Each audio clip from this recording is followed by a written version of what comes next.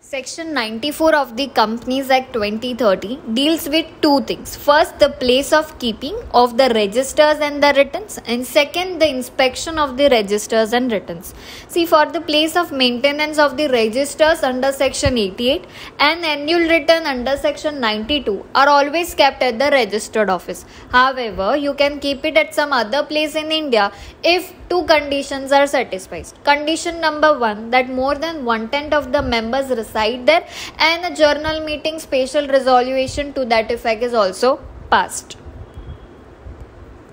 Of course, for the inspection of the returns and the registers has to be done on the business hours and on a working day that shall be allowed for inspection for at least 2 hours a day. Now, for inspection by the members, debenture holders, security holders are done without any payment of the fees.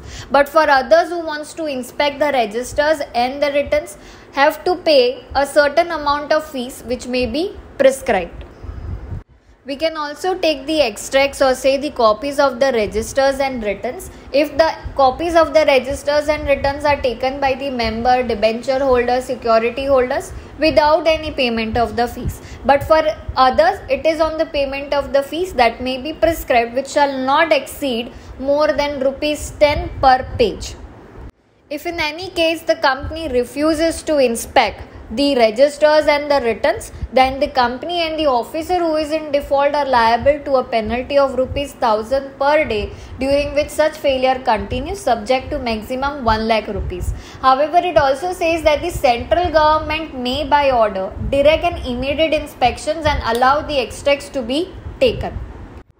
Now, for how long such registers of the members, the registers of the debenture holders and the security holders and the annual returns are required to be maintained?